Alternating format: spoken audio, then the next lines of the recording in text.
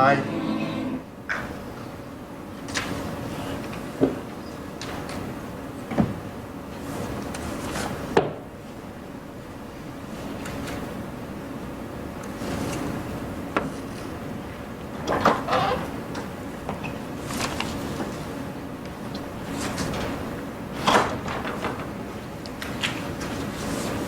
Maybe I'll get a handle on this story at last. Most of it is finished, I think. At night is when I do most of my correcting. Sometimes get inspiration.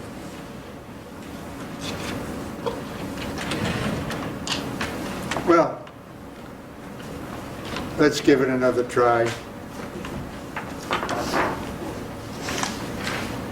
This is something I was freely adapted from the Red Shoes by Hans Christian Andersen. At least that part's down. Okay, here we go. Poor Karen. Born mercilessly and by her feet held glistening, bloody upside down and pummeled till her scream was born. Poor Karen, still a tiny thing, so delicate when her mother died, wore hard wood shoes in misery, and with her father gone, no family left to care for her. No one to trace a fingertip across her cheek, or touch her hair, or call her pet or precious child. No one, until one summer's day a carriage stopped, and from its depths a voice that quavered kindliness. You look so sad, poor forlorn thing. I'll take such grandma care of you.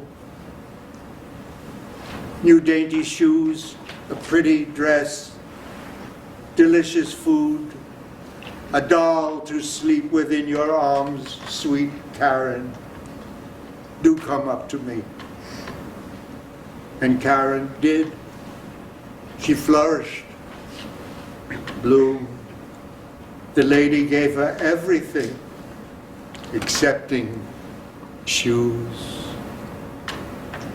They had to be so special, soft, and tapered to her tiny foot, a glowing jewel-like ruby red, but strangely so, like a color never seen before. Its measure taken minuscule. I have to erase something here.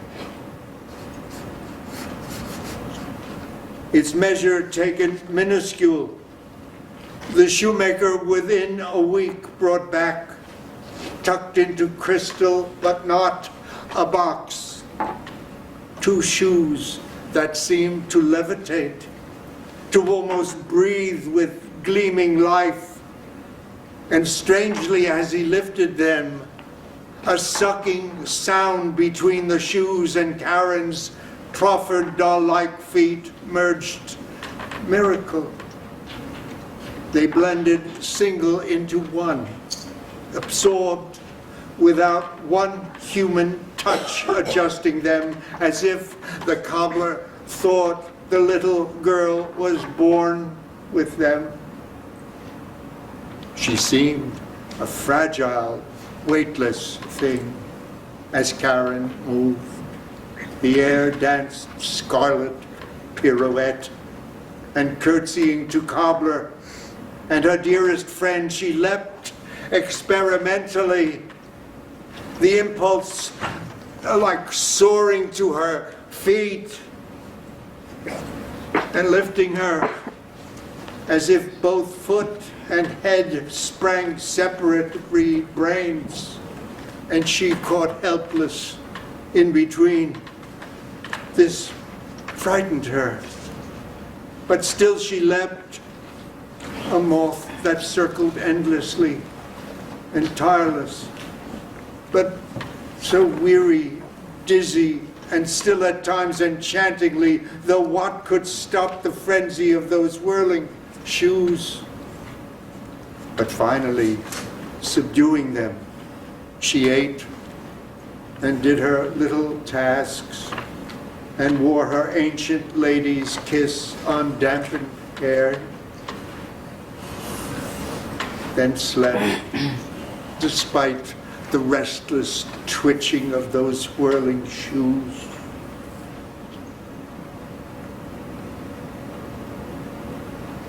But finally subduing them, she ate and did her little tasks and wore her ancient lady's kiss on dampened hair, then slept, despite the restless twitching of her swollen feet in swollen shoes.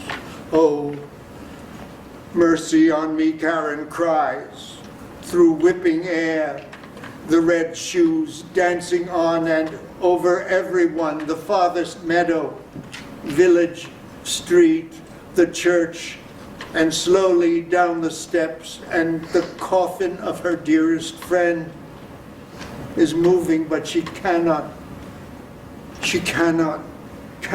stop. Just ceaseless bleeding, bramble torn. Her whirling legs must dance until they've worn away her shoes, her toes ground bloodless into dust, and every tendon, sinew, vein, each bone torn, twisted, almost pulverized, must strip them off, tear the leather off, impossible, though clutched and pulled. Poor Karen, whirling hopelessly around his house, the townsman's executioner, she sees his heavy body lift through open door, a weapon of dismemberment, his axe to test, refine its vital edge. He lifts it, Karen, racing, frantic cloud, looks upward, cries, "On me! On me!" And grinning, acquiescent joy, he seizes her, his crude hands throttle quivering, and hers in supplication raised to him to bring her savior crashing down. He does with single glittered downward crack and hacks them off, each foot above the ankle bone. The shoes turn black, and Karen, into ecstasy, cries, "Yes, to death, to quiet blood," and lying still, so peacefully.